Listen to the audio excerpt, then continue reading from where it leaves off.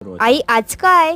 आज बनवते हेल्दी आणि प्रोटीनचं सँडविच. चला तर. सगळ्यात पहिला आपल्याला मोड आलेली मुगाची पेस्ट करायची आहे. त्याच्यामध्ये आपल्याला रवा आणि मीठ टाकायचं आहे आणि त्याच्यामध्ये आपल्याला हळद टाकायची आहे आणि हिथं आपण केलेली आहे लसूण आणि मिरचीची पेस्ट, ती पण आपल्याला टाकायची आहे. आपल्याला त्याच्यामध्ये चांगलं मिक्स करायचं आहे. त्यापर्यंत ते घट्ट न त्या पण आपल्याला मिक्स करायचं आहे. आणि आपल्याला सँडविच मेकरमध्ये घी नाहीतर बटर लावायचा आणि ते आपण बॅटर केलेलं ते आपल्याला टाकायचं आहे.